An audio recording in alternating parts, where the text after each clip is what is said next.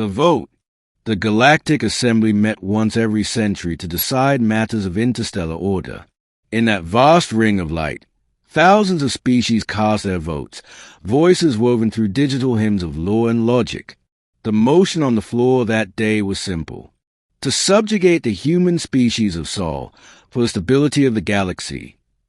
The justification was as cold as it was political. Humanity had expanded too quickly, fought too fiercely, refused to kneel to the Council's decrees. The older races labeled Earth unstable, dangerous, primitive, and so, by a margin of 98%, the motion passed. In one vote, every species in the galaxy condemned humanity to chains. The fall of Earth. The fleets came in waves: Drex battle cruisers, Threx hive ships, Seraphim carriers. They filled the skies of Earth until the sun disappeared. The first orbital bombardment was meant to be symbolic, but humanity responded with fury. Nuclear silos launched. Orbital cannons fired. Fighters screamed into the void like hornets. For 48 hours, the war raged. For 49, it ended. Humanity was crushed under overwhelming force. Cities burned. Colonies fell.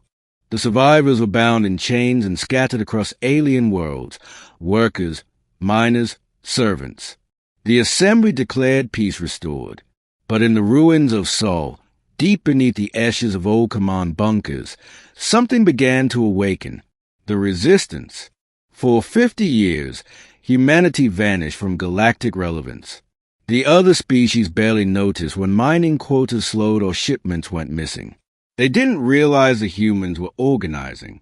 Across dozens of worlds, whispers spread through labor camps.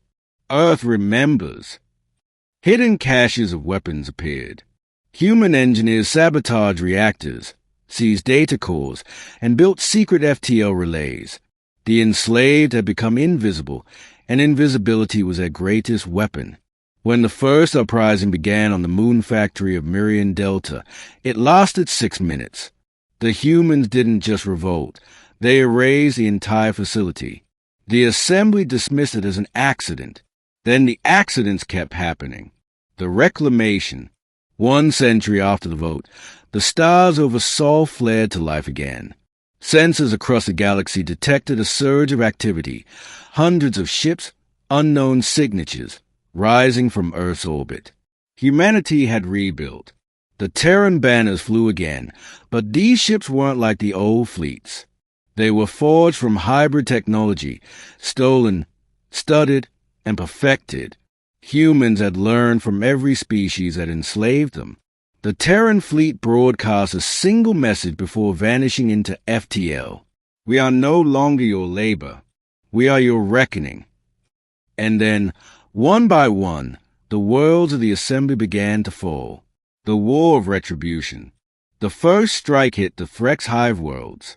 Terra Marines descended from orbit in silence, landing pods streaking across the sky like burning angels. Within hours, the hives were ash. The Drex Collective tried to counterattack, deploying fleets 5 times the size of Earth's.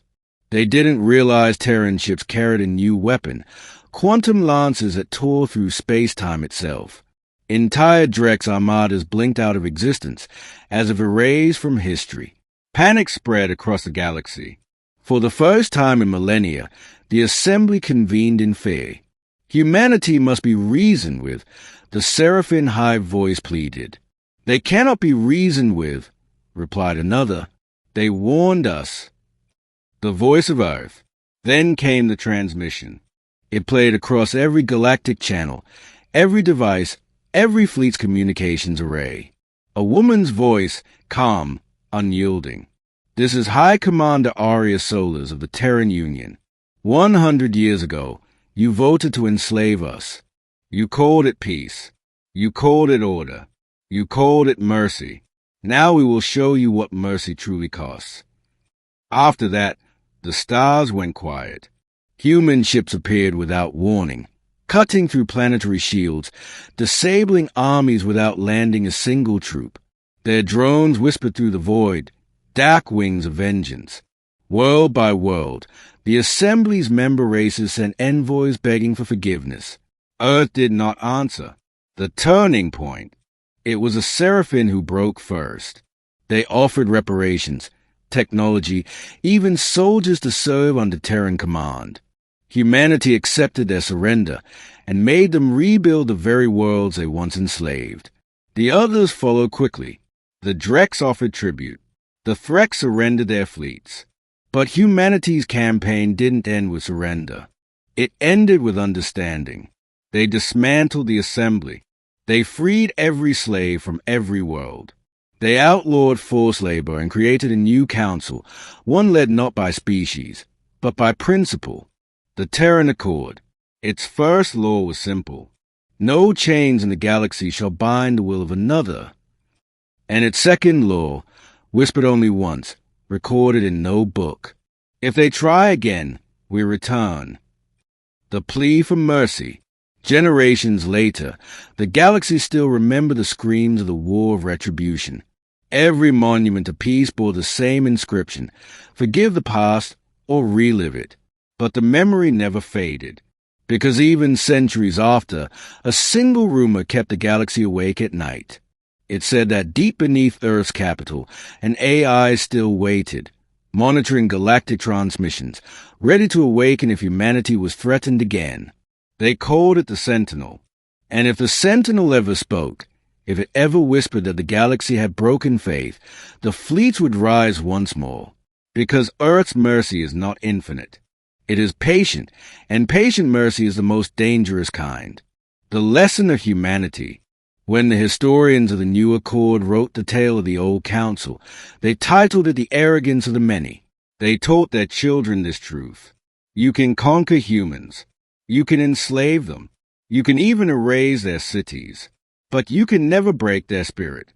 The galaxy voted once to enslave Earth. Now, every species kneels not out of fear, but respect, because they learn the hard way. When humanity rises, the stars tremble.